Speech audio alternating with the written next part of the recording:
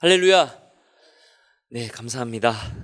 담임 목사님께서 잠시 작년부 비전 트립으로 자리를 비우셔서 오늘은 제가 하나님의 말씀을 함께 나눠보고자 합니다. 서울 강서구에 있는 이 큰나무 교회라는 그 교회에 지금 은퇴하신 임종수 목사님이 하신 한 예화로 말씀을 시작해 보고자 합니다. 어떤 왕이 한 신하를 불러서 이상한 명령을 내렸습니다. 어떤 명령이었냐면, 여기 있는 이 우물에 물을 길어서 저기 밑 빠진 독에 가득 채워라. 여러분, 밑 빠진 독에 물이 채워질까요? 밑이 빠졌기 때문에 아마 물 부으면 바로 아마 물이 다 빠질 것입니다. 저라면 어떻게 했을까 생각해 봤을 때, 저는 그냥 그 밑 빠진 항아리를 그냥 우물에다 던져버리고 왕이시여 다 치웠습니다 할 것 같습니다. 그런데 이 신하는 정말 충성스러운, 어찌 보면 너무 우직한 신하여서 그 왕이 내린 명령을 생각하면서 밤을 새워가면서 우물물을 다 길었다고 합니다. 얼마나 열심히 길었는지 우물이 바닥을 드러낼 정도로 정말로 열심히 우물을 길었다고 합니다. 그런데 아무리 우물물을 바닥까지 긁어 모아서 다 길어서 그 독에 채워도 밑이 빠진 독이라 결국에는 채울 수가 없었습니다. 그런 와중에 그 우물 바닥을 보니까 뭔가 번쩍하고 빛나는 것이 있었습니다. 여러분, 그게 뭐였을 것 같습니까? 역시 우리 장로님은 믿음이 충만하셔서 바로 맞히셨습니다. 네, 맞습니다. 그 우물 밑바닥에는 커다란 금덩이 하나가 있었습니다. 저라면 그 금덩이 그냥 몰래 가져갈 것 같은데, 이 신하는 그 왕 앞에 그 금덩이를 가지고 가서 이렇게 얘기했다고 합니다. 왕이시여, 용서해 주십시오. 독에 물을 가득 채우지 못했습니다. 그런데 우물 바닥에서 이 금덩이를 찾았습니다. 여러분, 사실 이 신하가 잘못한 게 있나요? 잘못한 게 없습니다. 밑 빠진 독에 물 붓는 게 오히려 이상한 명령이죠. 그런 신하를 보고 이 왕이 가만히 웃으면서 이렇게 말했다고 합니다. 밑 빠진 독에 물을 채우겠다고 우물이 바닥나도록 수고한 그대가 정말로 충성스러운 신하요. 그 금덩이는 그렇게 충성한 신하에게 주는 내 선물이요. 사실 말도 되지 않는 명령임에도 불구하고 그 명령을 믿고 따랐을 때 이 신하에게는 큰 금덩이가 주어졌던 것처럼, 때로는 이해되지 않는 하나님의 말씀일지라도 성실하게 순종한다면 그와 같은 귀한 은혜가 우리에게 임할 줄 믿습니다.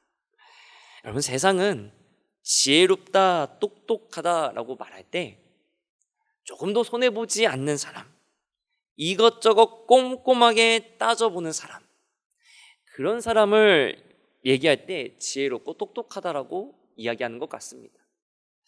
그렇지 않으십니까? 우리가 물건을 살 때도 어떻습니까? 정가에 사는 게 물론 좋지만 기왕이면 조금이라도 더 싸게 사려고 막 이것저것 조사해보고, 뭐 할인 방법도 알아보고, 세일하는 곳은 없나 알아보고, 그렇지 않습니까? 여러분, 이것이 결코 나쁜 것은 아닙니다. 낭비하지 않고 주어진 것들을 잘 활용하는 것은 어쩌면 절약의 미덕입니다. 어쩌면 이 시대에 우리에게는 필요한 미덕일지도 모르겠습니다. 그럼에도 제가 지혜롭다, 똑똑하다는 것을 말하는 이유는 과거에 비하면 정말로 많이 배우고 또 감사하게도 정말 많이 누리고 많은 것들이 편리해진 요즘이지만 항상 지혜롭고 올바르게 판단하지는 않는다는 것입니다. 쉽게 말하면 옛날보다는 많이 배우고 많은 것을 누릴 수 있고 많은 것을 알 수 있지만, 그러나 항상 올바르게 판단하지만은 않는다는 것입니다. 속담에도 자기 꾀에 누가 넘어갑니까? 예, 자기가 넘어갑니다. 그런 속담이 있습니다. 그렇게 똑똑하게 살려고 하지만 정작 내가 내린 선택과 결정의 결과가 그만큼 좋지 못하거나 혹은 더 나쁜 결과를 초래할 때도 있습니다. 그렇습니다. 세상에는 자신의 능력과 지혜를 자랑하고 경험과 명석함을 의지하다가 패망하는 경우도 종종 있는 것 같습니다. 잠언 11장 28절에 자기의 재물을 의지하는 자는 패망하려니와 의인은 푸른 잎사귀 같아서 번성하리라. 저는 이 수협에 나온 우리 성도님들이 바로 저 푸른 잎사귀 같은 의인들이신 줄 믿습니다. 예, 아멘 하신 분들만 의인 되시기 바랍니다. 목사님 왜 이렇게 지혜 이야기만 하세요? 라고 물어보실 수도 있을 것 같습니다. 왜냐하면 오늘 말씀의 제목은 바로 수고와 순종이기 때문에 그렇습니다. 지금까지 지혜 이야기만 한 이유가 무엇이냐면 믿음으로 수고하고 순종하는 것은 사실 세상의 지혜로는 이해가 되는 일이 아니기 때문에 그렇습니다. 역시 우리 성도님들 일수요 예배 시간에 시간 남아서 오시는 분 계십니까? 목사님 할 일 없어서 왔습니다. 이러신 분 있으십니까? 아마 없으실 겁니다. 여러분 이 시간에 오히려 집에 가셔서 1시간이라도 더 쉬실 수도 있고 1시간이라도 더 집안일 하실 수 있고 1시간이라도 더 다른 무언가를 나를 위해서 할 수도 있는 이 시간입니다. 그럼에도 불구하고 이 예배의 자리에 하루의 삶을 마치고 피곤한 몸이지만 그럼에도 예배 자리에 나온 이유가 무엇입니까? 그건 다른 게 아닐 것입니다. 바로 내가 예수님을 믿기 때문에 그렇습니다. 내가 예수님을 믿어서 내가 하나님께 반드시 치러야 할 그 죄의 대가를 영원한 죽음의 멸망으로 치르는 게 아니라 나를 죄에서 구원하신 내 죄를 대신하여 십자가에 달려 죽으신 그 하나님의 아들 예수님을 믿기 때문에 그래서 이 예배 자리에 나오신 줄 믿습니다. 그래서 우리가 부르는 찬양 가운데도 이런 찬양 있지 않습니까? 그러므로 나는 사나 죽으나 주님의 것이요 사나 죽으나 사나 죽으나 날 위해 피 흘리신 내 주님의 것이요. 우리가 이렇게 찬양하는 것 아니겠습니까? 이 찬양이 갈라디아서 2장 20절 말씀인데 우리 한 목소리로 함께 읽어보도록 하겠습니다. 함께 읽어봅니다. 시작. 내가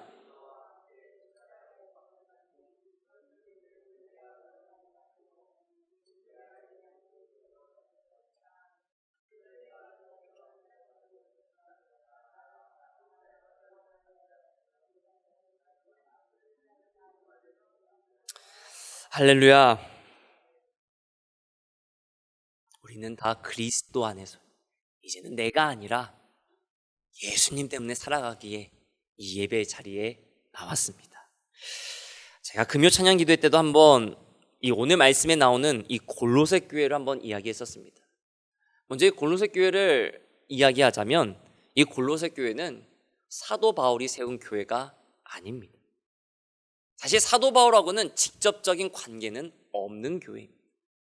왜냐하면 이 골로새 교회는 사도 바울에게 복음을 들은 에바브라라고 하는 사람이 당시에는 무역과 교통의 요지였던 이 골로새 지역에 세운 교회, 그래서 골로새 교회가 바로 오늘 말씀의 배경이 됩니다. 즉 사도 바울은 이 골로새 교회의 사람들을 알지 못했습니다. 만난 적이 없었습니다. 직접적으로 복음을 전한 적은 없었습니다. 그럼에도 불구하고 사도 바울은 이 골로새에 있는 그리스도인들을 향해 그리스도의 사랑의 마음을 가지고 편지를 썼습니다. 그리고 그들이 위기에 처한 가운데 믿음을 지키도록 권면하며 강구하는 내용이 바로 오늘 우리가 읽은 이 골로새서입니다. 오늘 사도 바울이 골로새 교회를 향해 전하는 이야기를 통해 믿음의 교훈을 크게 세 가지를 한번 나눠보고자 합니다.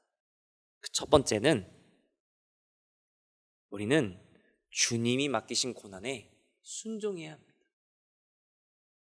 여러분, 고난에 순종하실 수 있으십니까? 아멘 소리가 없으시군요.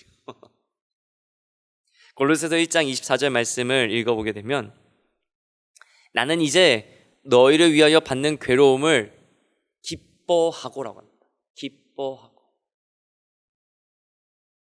사도 바울이 골로새 교회를 향해 편지로 이야기하는데 너희를 위하여 받는 괴로움으로 기뻐한다라고 이야기합니다. 근데 아까도 말씀드렸지만 사도 바울은 이 골로새 교회 사람들을 알지 못합니다. 얼굴도 모릅니다. 누구인지도 알지 못하고 그저 에바브라라는 사람한테서 전해 들었습니다. 그럼에도 사도 바울은 이 골로새 교회에 너희를 위하여 받는 괴로움이라고 이야기한 이유는 사도 바울의 삶이 유대인이 아닌 이방인들을 향한 하나님의 구원의 역사를 이루는 삶이었기 때문에 그렇습니다. 즉 이방인의 사도였기 때문에 그렇습니다. 그냥 복음을 전하는 것도 어려운데 그것도 하나님을 알지 못하는 이방인들에게 하나님을 전하고 예수님을 전하고 십자가 복음을 전하고 구원을 전하는 일이 얼마나 어려웠겠습니까? 그리고 이방인들에게 복음을 전하는 사도 바울은 유대교를 믿는 유대인들에 의해서 심지어 목숨을 잃을 뻔한 적도 몇 번이나 있었습니다. 그렇다고 온전히 선교에만, 온전히 전도에만 헌신할 수 있는 것이 아니라서 브리스길라와 아굴라와 같이 함께 일하며 자비량으로 선교하는 것이 사도 바울의 삶이었습니다.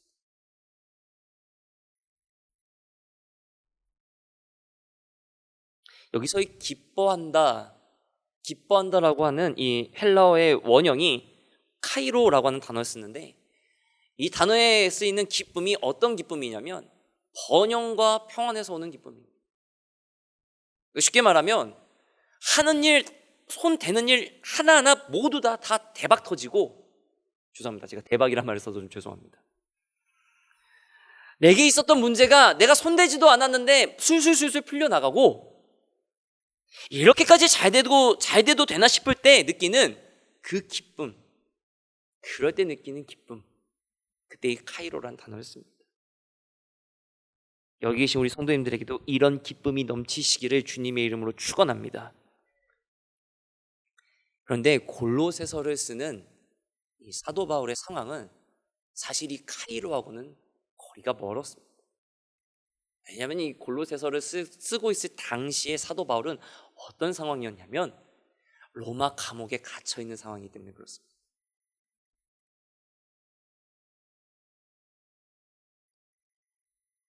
로마군의 감시 속에서 감금된 생활을 하고 있는 사도 바울이 사실 어떻게 저런 기쁨이 있겠습니까? 그리고 그걸 떠나서 사도 바울의 삶의 모습을 보면 하는 일마다 잘 되고 하는 일마다 문제가 술술술 풀리는 저런 카이로의 은혜하고는 사실 거리가 먼 삶이었습니다. 그럼에도 불구하고 한 번도 본 적이 없는, 한 번도 만난 적이 없는 골로새 교인들을 향해서는 뭐라고 합니까? 너희들을 위하여 받는 고난을 내가 기뻐한다라고 했을 때 세상 사람들이 말하는 가장 느끼는 큰 기쁨, 그 카이로의 기쁨보다도 나는 더 기쁘다.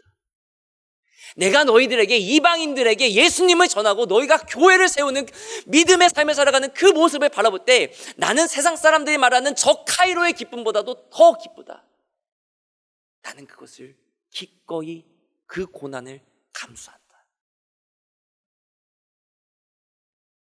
하나님의 교회를 위해서, 이방인들에게 복음을 전하기 위해서 받는 고난에 내가 기꺼이 카이로 기뻐하겠다. 이것이 사도 바울의 이야기입니다. 어떻게 사도 바울이 그렇게 기쁠 수가 있었을까요? 여러분, 이 모습이 세상의 지혜로는 이해가 되는 모습입니까? 절대로 이해가 되지 않는 모습입니다. 그 예수가 뭐라고, 그 예수 전하다가 감옥에 갇히고 이제는 목숨까지 잃기 직전인 그 상황에서 무엇이 그리 기쁘다고 얘기할 수 있겠습니까? 이것이 세상의 지혜입니다. 세상은 이해할 수가 없습니다. 그러나 사도 바울의 그 내면에는 예수님을 믿는 그 믿음으로 성령이 충만했기 때문에, 그 성령의 충만한 가운데 하나님의 평안과 기쁨이 넘쳤기 때문에 똑같이 십자가 고난에 당하신 주님의 모습을 생각하며 자신이 받는 고난도 카이로 난 너무 기쁘다 얘기할 수 있었던 것입니다. 여러분은 어떻습니까? 여러분은 고난에 이렇게 기쁨으로 순종하실 수 있으시겠습니까? 저는 저와 우리 성도님들이 고난을 기쁘게 순종할 수 있는 믿음의 깊이가 깊어지기를 주님의 이름으로 간절히 축원합니다. 그리고 그 고난에 순종할 수 있기를 주님의 이름으로 간절히 축원합니다. 그 순종으로 더욱 주님을 닮아가고 믿음으로 은혜와 평안이 넘치는 저와 우리 성도님들 다 되시기를 주님의 이름으로 축원합니다. 우리가 바라볼 두 번째 믿음의 교훈은, 우리는 주님이 맡기신 고난을 위해 수고해야 합니다. 목사님, 순종하는 것도 어려운데 수고까지 해야 되나요? 이렇게 물어보실지 모르겠습니다. 골로새서 1장 24절 말씀을 다시 보게 되면요, 너희를 위하여 받는 괴로움을 기뻐하고 그리스도의 남은 고난을 그의 몸된 교회를 위하여 내 육체에 채운다. 사도 바울은 이야기하고 있습니다. 사도 바울은 일평생 교회를 위해, 주님을 위해 뜨겁게 헌신한 사도였습니다. 그는 고난당하는 것을 주저하지도 않았고 자신에게 억울한 일이 닥쳐도 그것을 탓하지 않았습니다.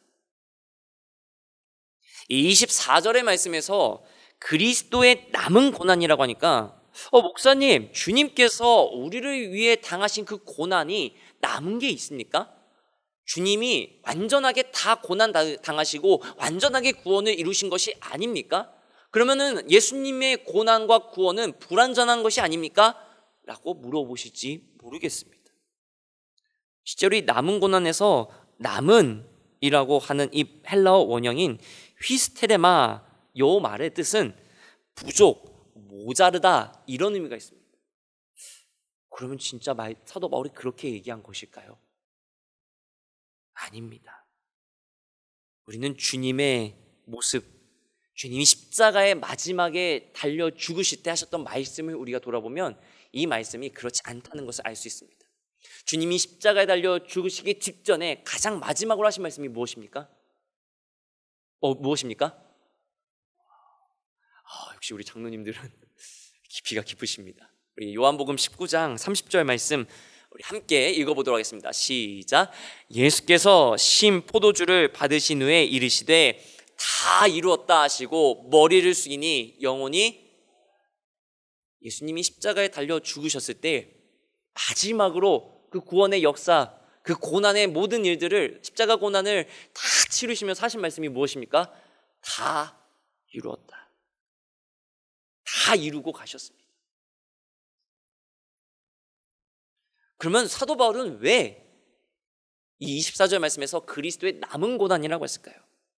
여기서의 말하는 이 남은 고난은 예수님이 미처 채우지 못한 부족한 고난을 우리가 마저 메꿔야 한다, 우리가 대신 치러야 한다는 말이 아닙니다. 우리를 위해 십자가를 지신 주님이 이제 제자들에게 약속하셨던 그 성령을 보내주셨고, 이제 죄에서 구원받아 천국 백성 된 우리에게도 주님이 당하신 고난을 우리가 잘 감당하기를 바라는 마음으로 우리에게 그 고난을 맡기셨다라는 것입니다. 쉽게 말하면 이제 믿음의 길을 걸어가기에 받는 고난을 주님께서 온전히 걸어가셨던 것처럼 우리도 주님을 닮아 그 고난을 온전히 감당해야 된다는 것입니다. 그렇게 우리가 24절 말씀을 다시 보면 그리스도의 남은 고난을 그의 몸된 교회를 위해 어디에 채웁니까? 어디에 채웁니까? 내 육체에 채웁니다.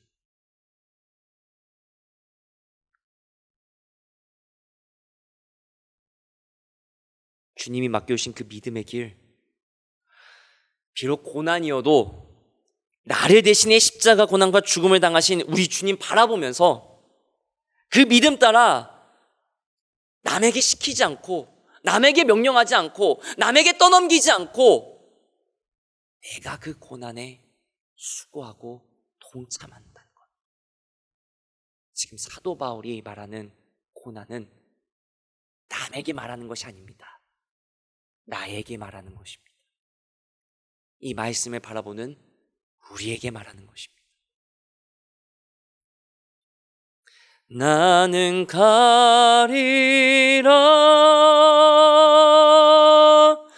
주의 길을 가리라,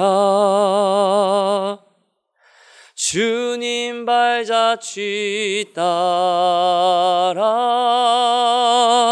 나는 가리라,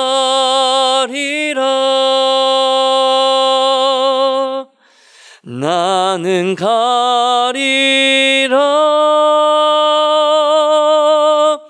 주의 길을 가리라, 주님 발자취 따라 나는 가리라. 우리가 이렇게 찬양하는 이유가 뭡니까? 남에게 시키기 위함입니까? 남에게 떠넘기기 위함입니까? 아닙니다. 내가 걸어가기 위함입니다.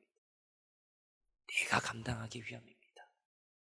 믿음으로 성령 충만하여 주님 맡겨주신 이 고난에 힘써 수고할 수 있는 저 우리 성도님들 다 되시기를 주님의 이름으로 간절히 축원합니다. 세 번째로 우리가 바라볼 믿음의 교훈은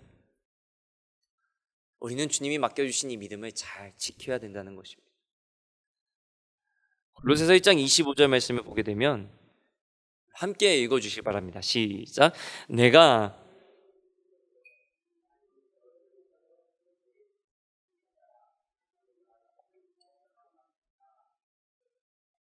사도 바울은 하나님께서 맡겨주신 사명, 이방인에게 복음을 전하는 이 이방인의 사도로 세워주신 것에 대해서 크게 첫 번째는 하나님께서 맡겨주신 직분에 따라, 그리고 두 번째는 자신의 뜻이 아니라 하나님의 뜻을, 하나님의 말씀을 이루기 위함이다 라고 이야기하고 있습니다.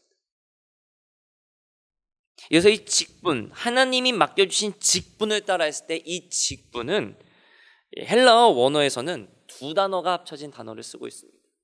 이 집이라는 단어와 이 처리하다라는 두 단어가 합쳐진 오이코노미아라고 하는 단어를 쓰고 있는데, 이게 사람에게 썼을 때는 직분이라는 의미가 됩니다.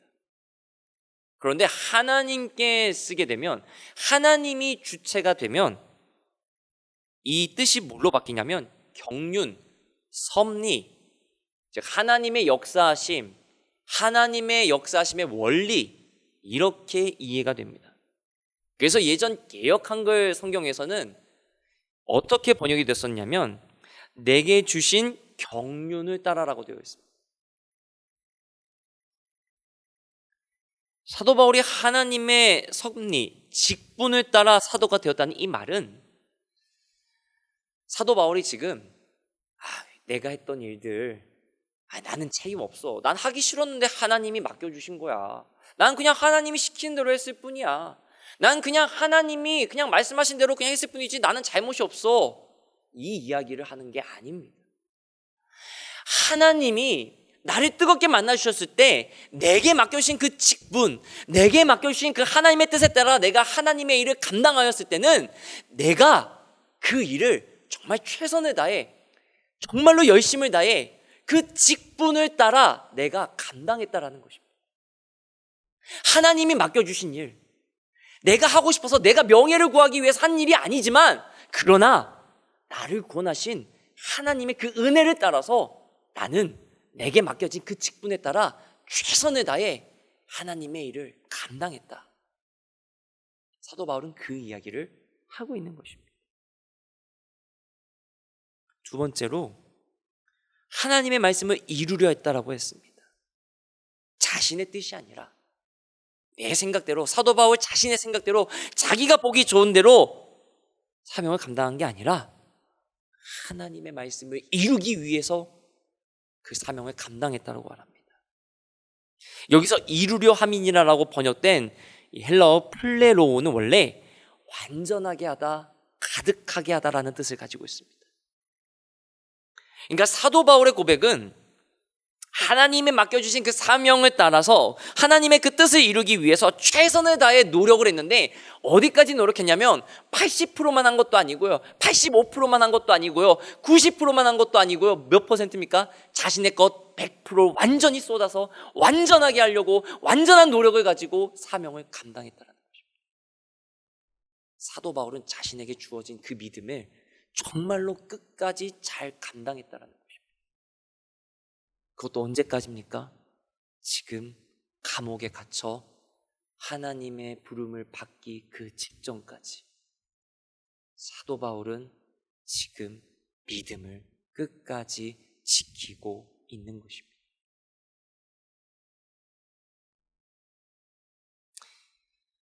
여러분, 제가 비록 조금 많이 어린 나이지만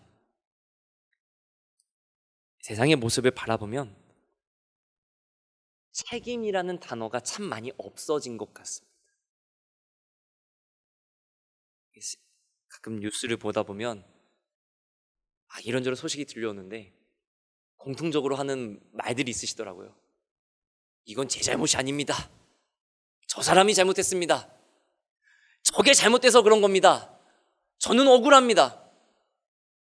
물론 그 말이 틀린 말은 아닐 것입니다. 그런데 우리가 가만히 생각해 볼 것은 지금의 세상은 어느 누구도 책임을 지려고 하지 않습니다.